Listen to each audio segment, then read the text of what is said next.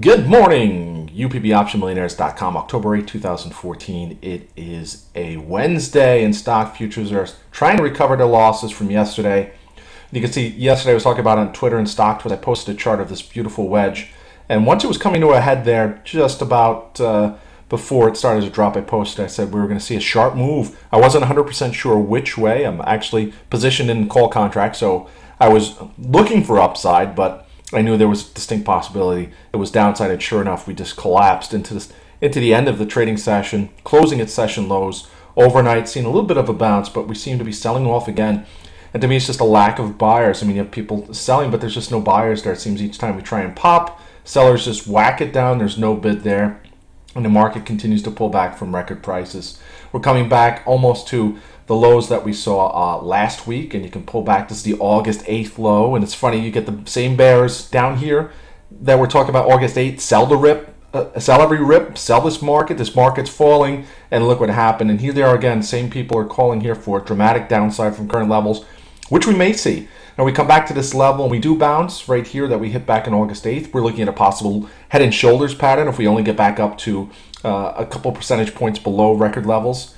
But if we can break above this possible left shoulder, if we do bounce, we'd be set for new record levels in the stock market. Again, the trend is not completely shattered, but if you want to look at some of the ETFs and charts out there, it's starting to get a little, a little ominous for anybody in this market. Let's start with the IWMs. Everybody talks about the small caps leading the market. Pull this chart up today. It still looks bullish to me, consolidating. And these are trend lines that I had in place from many months ago, many moons ago. It is Halloween coming up. But if you look from a 2-year chart perspective here on a daily chart, we've come right to support. Now, pre-market here this morning, we're down to about 106.56. So we're just about at the support line here. If we break through it, I mean, we're looking at a nasty reversal here. But again, some of the indicators here, we're oversold. We're starting to really, if we start to curl up, I mean, we could see a nice sharp snapback. But again, some of the news that we're seeing, the bankruptcy with GTAT, and we're seeing some defaults on loans, not something you want to see. That's kind of deflationary. And anything deflationary is going to drag down asset prices. The S&P 500 broke that Abenomics trend line. This is the November 2012 Abenomics trend line, I like to call it, when Abe Shinzo in Japan started the massive devaluing of the Japanese yen, which has resulted in this massive spike in equities globally, namely the Japanese market, and Nikkei is up some 150% or something like that since then. But you can see we broke below it for the first time with any kind of vigor. We tried back in August, we broke below it, came back up. So we'll see. I wouldn't 100% rule out that we're going to see a continuation of the weakness. If you look from a 20-year perspective, I mean, just look where we are and where we've come from. You can draw a beautiful channel here from the financial crisis and the internet bubble, and we're well above that. So we're all the way up here. I mean, the same bears here that are doing cartwheels with this little red candle have been short this market somehow successfully every step of the way. And maybe sign up for their service, because I'm sure they know how to navigate a market when they've successfully shorted every single day through the greatest bull market possibly of our lifetime. So let's look at some individual names. Apple is trying to get back over that $100 level.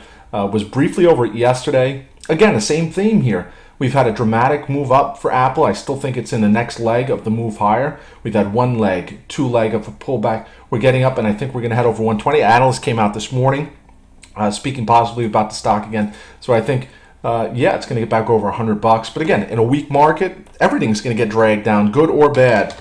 Solar City, I put this chart up at the blog at Option Millionaires. I'm in a couple call contracts. We're right at support here. And some positive news came out that could spark shares back over $60. You see, this is a stock. Now, you go to Seeking Alpha, same people who don't like GoPro and Tesla. They don't like Solar City, and they've been saying Solar City back when it was a $25 stock was worth only $10. So now, it hit 95. Now it's even at 55. Clearly, anybody who did a research on it and actually shorted it with real money, you're in big trouble. But I guess the people who write those reports don't really use real money. Same ones who've been shorting Tesla since about $27 down here, writing those reports about Tesla, how bad this stock is for your portfolio. Short it. Yeah, the same ones have been doing it about Solar City.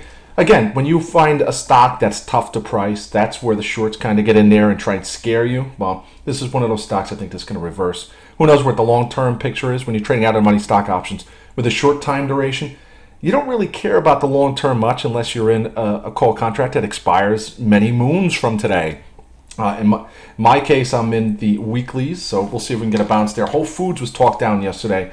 Whole Foods is still at support here, no matter what the analysts say. We do break through that 37.50 level, then it's on like Donkey Kong for downside. I might even get some puts, but for right now, as long as we remain at this level of support, I think this stock could see a nice sizable bounce and get up to this $50 level. That's what I'm looking at from a chart perspective.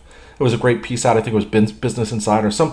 An article I was just reading about how Whole Foods is kind of putting a crimp on supermarkets. So we'll see. Whole Foods isn't going anywhere. Maybe the stock price is to the downside, and if it does, then I'll surrender. I will surrender buying call contracts, and I will not see that move up to 50 in the short term. But as long as we stay above support at 37.50, I really like this stock. Triple D, which has been breaking down. This is a 3D stock. I was thinking with Hewlett Packard, maybe spinning off its printer business, possibly a possible acquisition target. We'll see. The stock is down significantly from its record levels. The chart looks very bearish here as it breaks below support. I'm in some call contracts. We'll see if we can get a bounce here. If we can't, this looks very bearish down at about the $30 level, unfortunately. If you're in the calls, it might be time to reevaluate, and that's what I've been doing. VMW is a stock that I'm looking at here. Some analysts came out recently, talked positive about the stock. You see it broke down through support. Let me see if I can extend that. Extendy. Okay, so we need to get back over this line here. And we'll see, we might be able to do that today, 92. I'm looking for a move back over 100 in the short term. We might go out to next week and get some calls. So I like VMW. I like some Solar City today. And we'll see if this market can bounce. Again, if you're going to buy something for the bounce, let's look at IWN for that bounce off support here. That would be the first ETF that I would buy some calls, and we'll see what happens here this morning. Google is down to 575, but again, some of these stocks have been really beaten down are the ones that you're going to see a nice sharp recovery in. Priceline, which is down to support. I brought this up in the blog at optionmillionaires.com yesterday, the stock at 1110. And somebody asked me about it at the start of August. I said, oh, where do you think Priceline is going to head? Where's the support? I said 1110. 1110. And guess where we closed yesterday? 1110. We closed right at support. Guess where the bid is this morning? 1110. It's right at the closing price. So this is obviously, and look at the chart, 1110. So this is obviously a key level of support. And so we'll see if we can get back up. And I do think if we bounce from here, look how oversold we are. If we get a bounce, we're going to head back over 1250. It'll probably happen within a week or two. All right, UPBOptionMillionaires.com. It's a quick market video again. IWM, I'm going to look for that for the bounce. We'll see if we can hold support. I think it's going to look good overall for the SPY and the DIA. If not, I think we're going to see more downside. SPY could break 190, and it could be a very bearish month. But as long as we hold this support here for IWM, even if we briefly go below it and pop back up, I think we'll see a nice little bounce here in equities. All right, one last one, TLT, which came right up against it again. There we go. Where are we this morning? TLT is at 119.31. So this is the double top that I played the puts last time. We pulled back to almost 112. So we're at the same juncture again. So, history can repeat itself, especially we've seen it with TLT. This has been a tough nut to crack here. All right, UPBOptionMillionaires.com. So that'd be TLT, the 119s. I might get some today. Everyone have a great trading session. It wasn't that great of a trading session for me yesterday, but dust yourself up, get up a little earlier, do a little more research, work harder, and that's it. That's the only thing you can do in this market when you don't get it a couple trades right. All right, everyone, I'll see you in the chat room at OptionMillionaires.com. Have a great trading session. Goodbye.